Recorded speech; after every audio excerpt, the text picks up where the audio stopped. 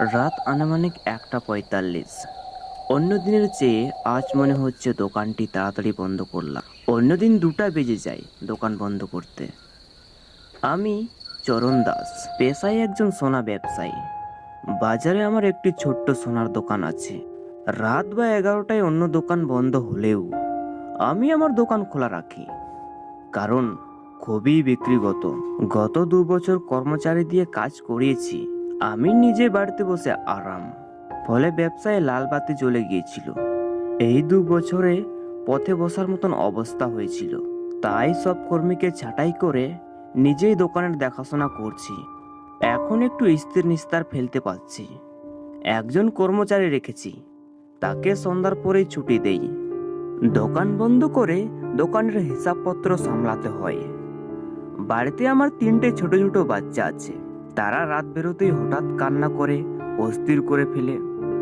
ঠিক মতো হিসাব করা যায় না, তাই মধ্যরাত পর্যন্ত দোকানেই থেকে যাই।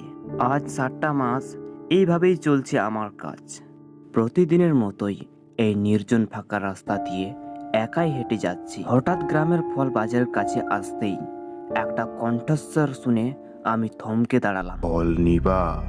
ফল, তাজা তাজা ফল আনেছি। আমি কান খাড়া করে বাজার থেকে আসা কণ্ঠস্বর শোনার লক্ষ্য করি। এত রাত্রে এই বাজারে ফল বিক্রি করছে কে? আগে শুনেছিলাম বাজারের সন্ধ্যায় সবকিছু সস্তায় দিয়ে দেয়, কিন্তু এখন তো গভীর রাত। এই গভীর রাতে ফল বিক্রি করছে, এটা বিশ্বাস করতে আমার কষ্ট হচ্ছে। তা আবার ফল।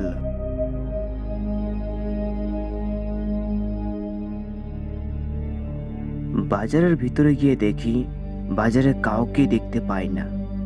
নীরব নিস্তব্ধ বাজার, একটা জনমানবের চিহ্নটুকুও নেই। তাহলে ফল নিয়ে ডাকছে কে? তাহলে কি আমি ভুল শুনেছি? হতে পারে কাজের চাপে মনটা বড় বেখালি হয়ে গেছে। কোথাও ঘুরে আসলে মনে হয় ভালো হবে, বেড়াতে গেলেও আবার দোকান বন্ধ করতে হবে। এই চিন্তায় কোথাও আবার ঘুরতে যাওয়া হয় না। মনের ভুল ভেবে বাজার থেকে বেরিয়ে আবারও গায়ের পথ দিয়ে হাঁটতে শুরু করলাম। বাড়িতে গিন্নি আমার পথ চেয়ে আছে।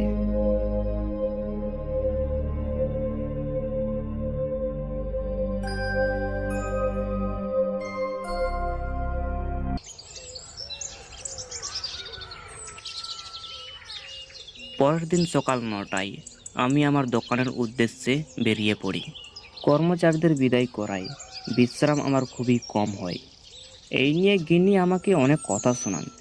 দিন দিন নাকি আমি অনেক কিপ্টে হয়ে যাচ্ছি। কাজের চাপে আমিও ঠিক মতন ঘুমানো, ঠিক মতন খাওয়া দাওয়া করছি না।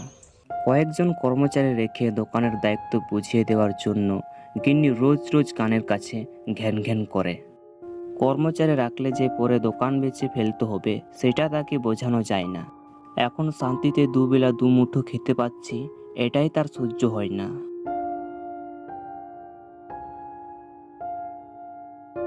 আমি যখন হেঁটে হেঁটে দোকানের উদ্দেশ্যে যাচ্ছিলাম, ঠিক এমন সময় আমার স্কুল মাস্টারের সঙ্গে দেখা হয়।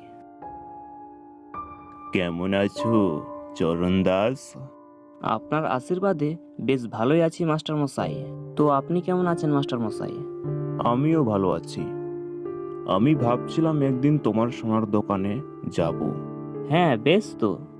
মেয়ের বিয়ে ঠিক হয়েছে মনে হয়।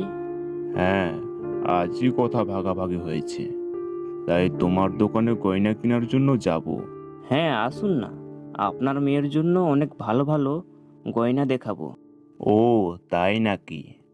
আচ্ছা ঠিক আছে বাবা, যাও তাহলে। হ্যাঁ, ঠিক আছে মাস্টার মশাই।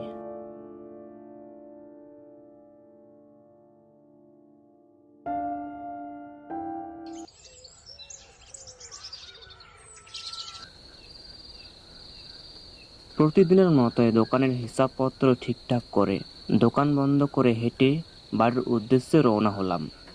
কারণ আমাদের পথে তেমন একটা রিক্সা বা অটো যাওয়া আসা করে না।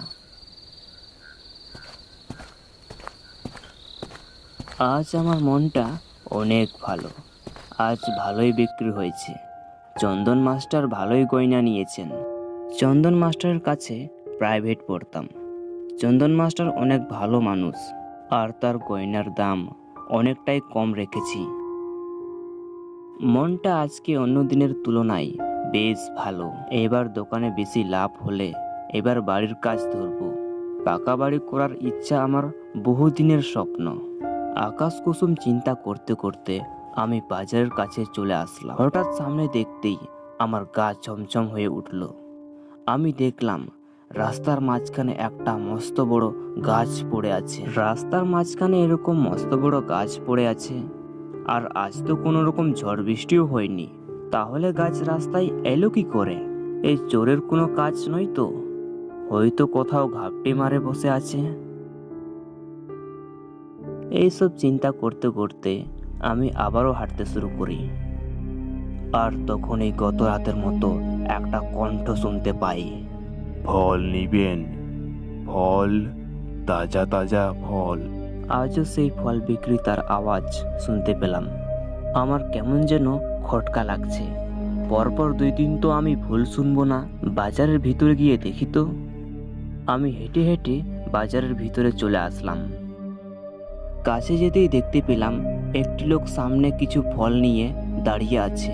ফলগুলোর দিকে ভালোভাবে তাকাতেই আমি লক্ষ্য করলাম ফলগুলো অনেক তাজা আছে। তাজা তাজা ফল এই গভীর রাতে বিক্রি করা হচ্ছে। এই ফলগুলো দেখে আমার জিভে জল চলে আসলো। অনেক দিন থেকে ফল খাওয়া হয়নি। এই ফলগুলো বাড়িতে নিয়ে গেলে গিন্নি অনেক খুশি হবে।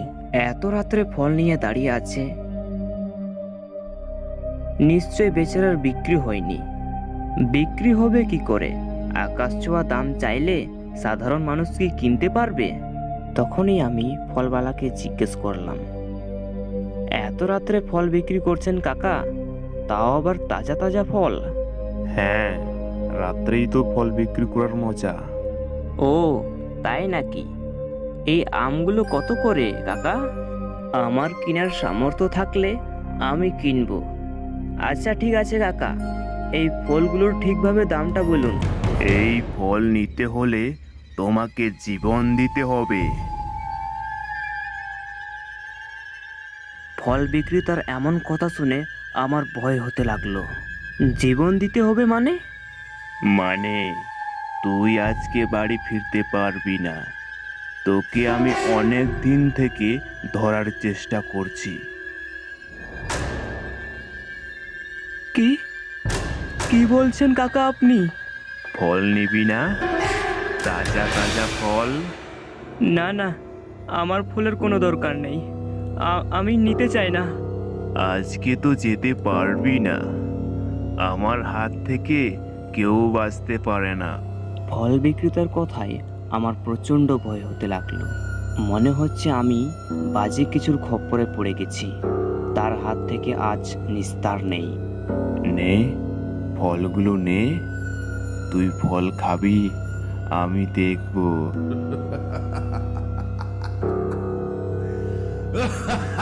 ফল বিক্রেতার এমন কথা শুনে আমার বুকে হাতুড়ি পিটার মতন লাগছিল। কি ভয়ঙ্কর তার হাসি! মুহূর্তের মধ্যেই ফল বিক্রেতা এক ভয়ঙ্কর রূপ ধারণ করে।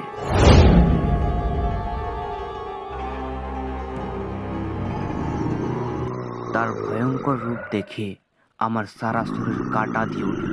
তার বড় বড় ধারালো দাঁত, তার ভয়ঙ্কর রূপ দেখে আমার জ্ঞান হারাবার মতন অবস্থা। ভয়ে আমি চিন্তা শক্তি হারিয়ে ফেলি। কি করব কিছুই বুঝতে পারছি না। তার কি ভয়ানক চাউনি, চোখগুলো কি বড় বড়, কি বীভৎস তার রূপ! এই বাজারে প্রতি রাতে ফল বিক্রি করি। যে আমার কাছে ফল কিনতে আসে তাকে জীবন দিতে হয়। এখন তুইও মরবি। না, আমাকে ছেড়ে দাও, আমাকে মেরো না, আমাকে যেতে দাও। আমি তখনই দিক বেদিক না ভেবে প্রাণপণে ছুটতে লাগলাম। ওই বীভৎস প্রেতাত্মাটি আমাকে ধরার জন্য আমার পিছনে পিছনে আসছে। ওই প্রেতাত্মাটি আজ আমাকে ছাড়বে না। দৌড়াতে দৌড়াতে আমার বাড়ির কাছে আসতেই আমি জ্ঞান হারিয়ে মাটিতে লুটিয়ে পড়ি। তারপর আর কিছুই মনে নেই।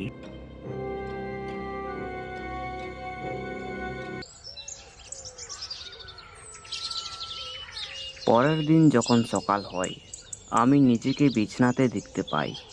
আমার পাশে আমার স্ত্রী এবং এক তান্ত্রিক বাবা আছে।